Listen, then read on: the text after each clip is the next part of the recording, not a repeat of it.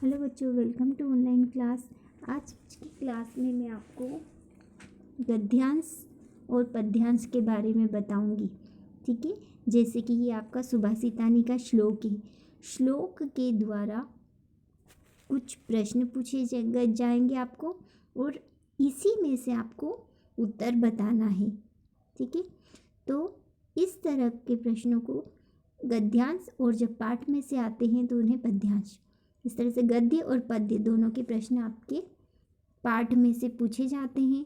यानी कुछ इस जैसे ये श्लोक ले रखा है, इससे कुछ भी आपकी हेडिंग ले ली जाती है, पैराग्राफ ले लिया जाता है और उसी में से कुछ प्रश्न पूछे जाते हैं जिसके उत्तर उसी में छुपे हुए रहते हैं, जिसे आपको लिखना पड़ता है।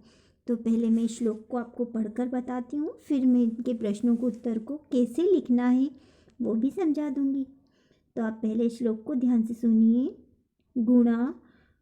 गुणज्ञेषु गुणा भवन्ति ते निर्गुणं प्राप्य भवन्ति दोषाः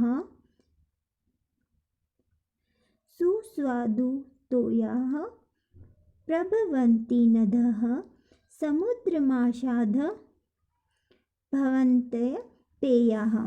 ठीक है, ये आपका श्लोक है। अब इससे प्रश्न किस प्रकार से पूछे जाते हैं और इसके आंसर आपको कैसे देना है, दोनों ही मैं आपको समझाती हूँ। ये देखिए, इसके प्रश्न इस तरह से पूछ सकते हैं, जैसे एक पदेन उत्तरत, यानी एक पद में उत्तर देना है, मतलब ये ऑब्जेक्टिव टाइप दे रखे हैं आपको। पहला प्रश्न दे रखा है तो यानी किम प्राप्य अपेयानि भवन्ति। ठीक है, ये आपका पहला प्रश्न दे रखा है और इसमें ऑप्शन दे रखे हैं।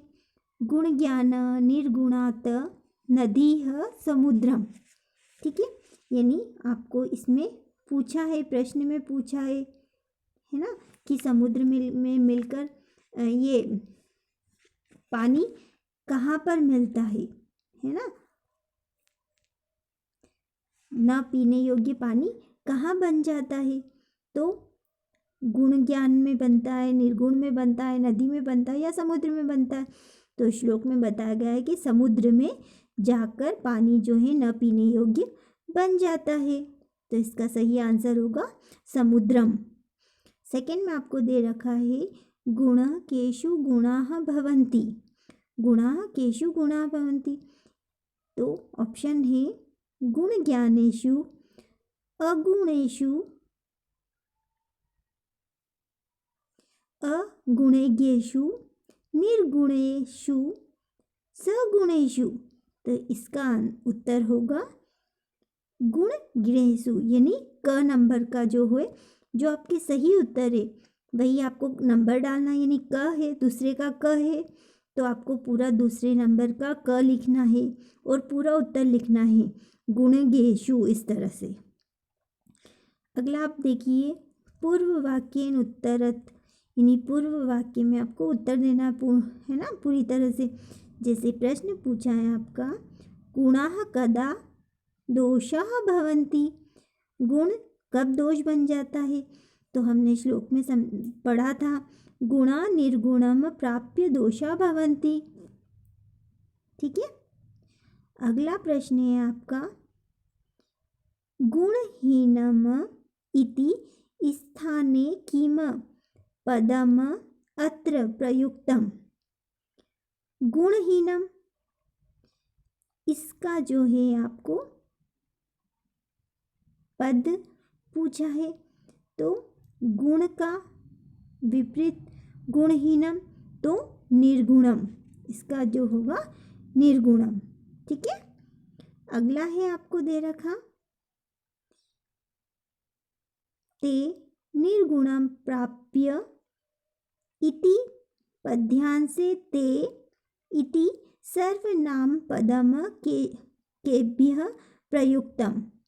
ठीक है, इसमें ते शब्द, ये जो पंक्तियाँ लिखी हुई है, जो पद्यांश में लिखा हुआ है, उस पद्यांश में आपको ते शब्द का सर्वनाम बताना है। तो ते शब्द का सर्वनाम इसमें होगा गुणेभ्यः। क्या होगा? गुणेभ्यः। इसके प्रश्न और इसके उत्तर दोनों ही आपको इसमें समझ में आ जाएंगे। तो इस तरह से आपके प्रश्न पूछे जाएंगे। एक और आपको समझा देती हूँ मैं आपको। ये देखिए, इसमें भी आपको सुभाषितानी का ही श्लोक दे रखा है। ये विहाय पुरुषम यो हि देव मेवा वल्लभते प्रासाद सिंहवत तस्य मुग्धन निष्ठन्ति वायसः। ठीक है, ये आपका श्लोक दे रखा है। अब इसका जो है मैं आपको प्रश्न बताती हूँ कि प्रश्नों के द्वारा कैसे उत्तर पूछे जाएंगे। तो प्रश्न आपको पहला दे रखा है, मनुष्यः कम अवलंबते। मनुष्य कः अवलंबते? धनम, देवम, आचार्यम, संत गतिम। तो इसका उत्तर होगा देवम। ठीक है, देवम। अगला प्रश्न दे रखा है, कम विहाय नरः देवम अवलंबते। ऑप्शन दे रखे हैं, आलस्यम, बुद्धिम, पुरुषम, शक्तिम। तो इसका सही आंसर होगा पुरुषम। ठीक है, फिर आपको पूर्व वाक्य में उत्तर पूछेंगे। जैसे कि ये प्रश्न दे रखा है, कः नरः उपहास्यास्य पदः। ठीक है, ये प्रश्न आपको दे रखा है, तो इसी में आपको आंसर लिखना है। तो स नर उपहास्यस्य पदः या पौरुष्य विहाय केवलम देवम अवलंबते। ठीक है, इस तरह से आपको ये इसमें उत्तर मिल जाएगा। इसी में